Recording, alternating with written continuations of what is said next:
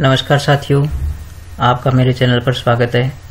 तो मैं आज आपके लिए ये टैफ के बारे में सूचना लेकर आया हूँ।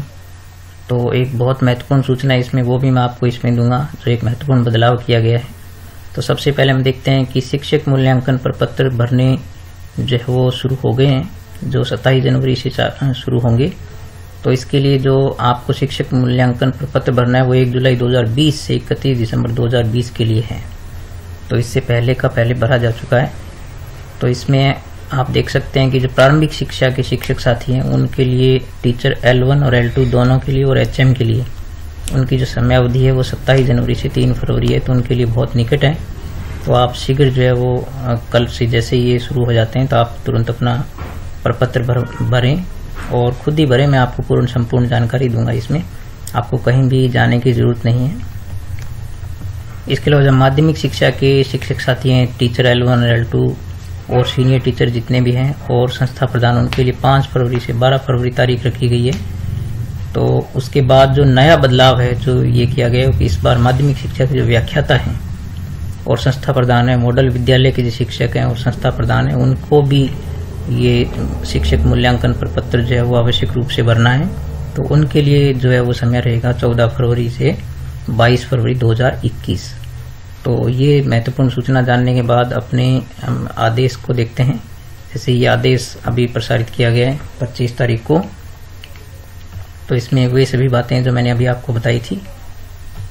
तो 1 से 12 तक के समस्त शिक्षकों, व्याख्याताओं सभी को भरना है ये। तो इसके लिए ये तारीखें आपको दी गई। और सबसे जरूरी है कि शिक्षक मूल्यांकन प्रपत्र जो है वो पूर्व की तरह ही अपने स्टाफ लॉगिन ID से भरे जाएंगे और वहां से वो PO को जो है वो फॉरवर्ड हो जाएंगे। और फॉरवर्ड होने के बाद PO से वहां पर जो है वो उनको वेरीफाई करने के बाद जो आगे CBO को फॉरवर्ड किया जाएगा। और इस प्रकार से ये जो संपूर्ण प्रक्रिया पूर्ववत रहेगी। अब हम देखते हैं कि लॉगिन शिक्षक स्टाफ लॉगिन से जो किस प्रकार से हम भरते हैं। तो पहले मैं आपको लॉगिन होकर के बताता हूँ कि किस प्रकार से इसको भरा जाएगा। तो मैं अपना जो स्टाफ लॉगिन है वो कर लेता हूँ, फिर आपको बताता हूँ। तो स्टाफ लॉगिन के लिए आप किसी भी ब्राउजर में जाकर के और राज शाला दर्पण लिखेंगे। तो राज शाला दर्पण लिखने के बाद आप जो है यहाँ पहुँच जाएंगे।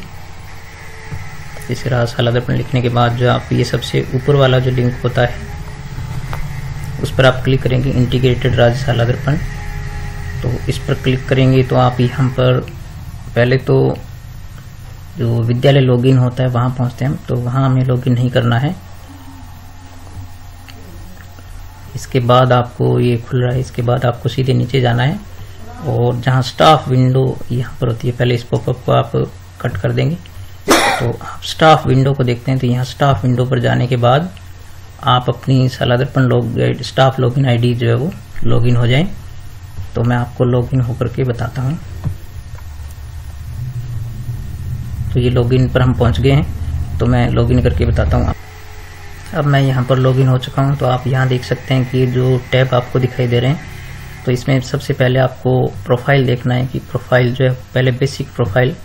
तो बेसिक प्रोफाइल में जैसे आप देख सकते हैं कि यहाँ पर आपको ये भी आपके कन्फर्म्ड होने चाहिए, जैसा कि मेरा यहाँ कन्फर्म्ड शो हो रहा है। तो आप जो उसके बाद प्रोफाइल में डिटेल प्रोफाइल को और देखेंगे तो वो भी आपका जो है वो ये इस प्रकार से कंफर्म होना चाहिए। नहीं है तो आप करेंगे। इसके बाद आप फॉर्म्स पर जाएंगे। फॉर्म पर जाएंगे तो यहाँ पर आपको ये जो है टैब फॉर्म 2021 दिखाई देगा। तो यहाँ पर आप क्लिक करेंगे तो आप यहाँ पहुँचने के बाद आप देख रहे हैं कि यहाँ पर अभी जो दिनांक है वो आपको 1 जनवरी 2020 से 30 जून की दिखाई दे रही है। तो ये चूंकि कल से शुरू होंगे तो ये संभवतः कल से सुधार कर दिया जाएगा।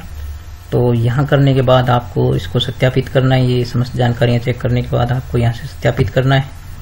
और सत्यापित करने के बाद आप जो आगे के प्रपत्रों पर यहाँ पहुँच जाएंगे। तो इसमें भाग 1, 2 और 3, जो पहले भाग में आपको यहाँ पर आपको जितने भी आपके जो अध्यापन के आपको जो विषय मिले हुए हैं तो उनका यहाँ पर शो हो जाएगा आपके।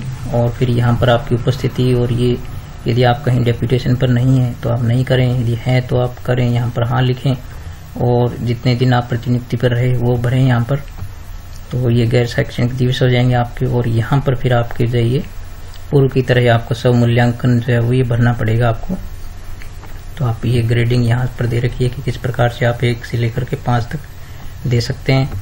फिर इसका जो है इसी प्रकार से आपको इसका जो भाग 2 और भाग 3 भरने के बाद जो है वो इसको लास्ट में से आपको यहाँ जांच करने के बाद जो है यहाँ पर आपको लॉक का ऑप्शन दिया जाएगा।